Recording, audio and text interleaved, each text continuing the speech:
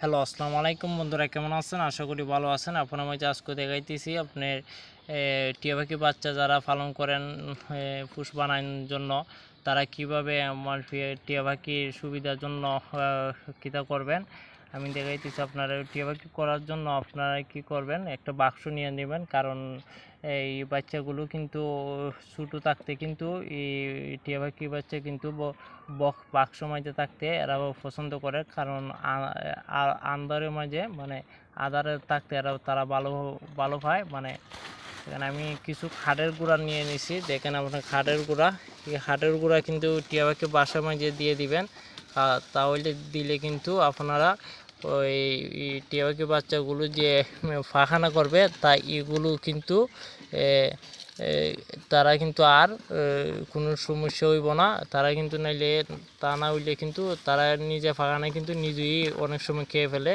আর এগুলো কাঠের গুঁড়া দিলে কিন্তু আর এই পায়খানাগুলো শুষে নিবে আর তেমন সমস্যা হইব না।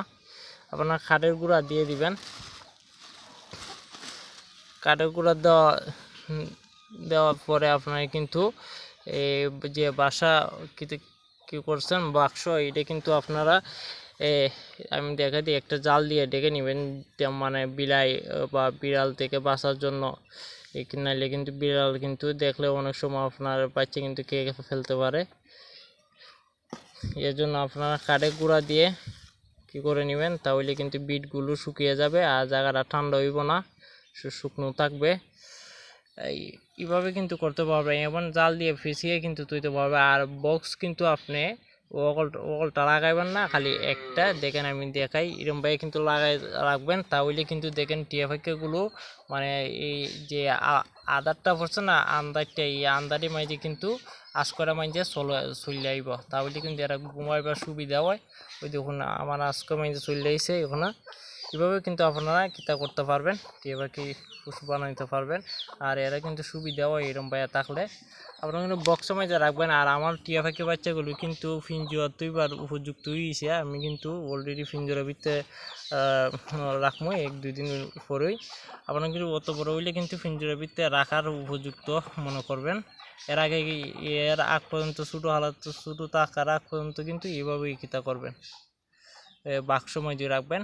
অত বড় হইলে কিন্তু আপনার পিঞ্জরার মধ্যে রেখে দিবেন।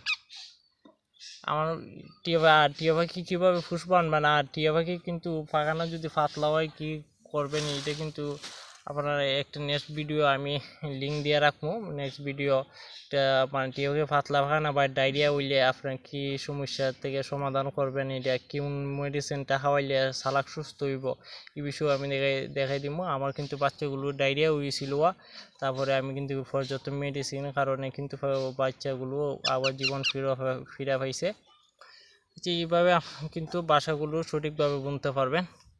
আজকে অত্যন্ত পর্যন্ত যারা যদি কোনো মানে সম্বন্ধে জানতে চান, আমার স্ক্রিনে নাম্বার দেওয়া আছে, আপনি হোয়াটসঅ্যাপ বা সরাসরি নাম্বারে ফোন দিতে পারবেন।